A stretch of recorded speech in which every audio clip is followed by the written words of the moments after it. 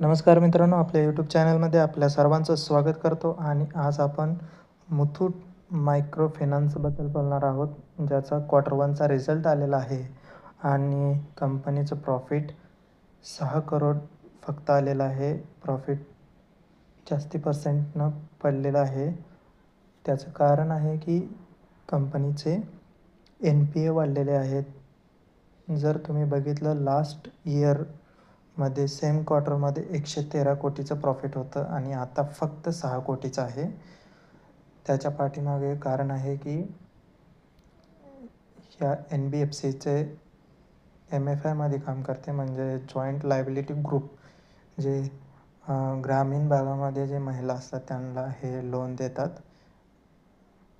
Rural एरियामध्ये specially. ते NPA वाढलेले आहेत, त्यामुळे प्रॉफिट पडलेलं आहे.